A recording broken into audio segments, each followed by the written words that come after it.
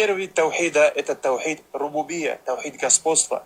Второй вид – это таухид аль-улухия, таухид поклонений. И третий вид таухида – это таухид аль-асма ва сифат, имена и атрибуты Аллаха. И биизни Аллаха Тааля в следующем ролике мы с вами поговорим, кто разделил таухид на эти виды.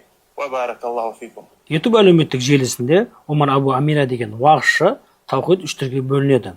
Бірінші таухид рубубия, таухид улухия, таухид асма ва сифат деп таухидты үшке бөлгенін көреміз.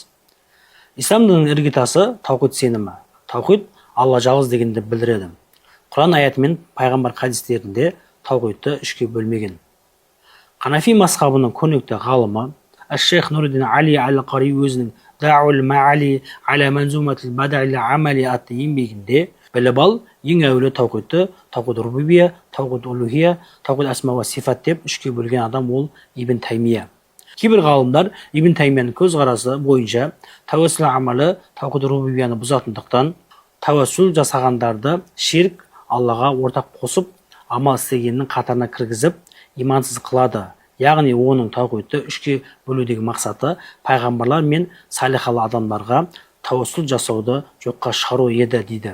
Яғни тәуәссүлді жоққа шығару мақсатында таухидты бөліп қарастырғандығын байқауға болады. Қорыта келе таухидты үшке бөліп қарастыру Құран аяты мен хадисте келмеген, сондай-ақ сахабалар мен мужтахид ғалымдар таухидты үшке бөліп қарастырмаған. Яғни таухидты үшке бөліп қарастыру дұрыс емес.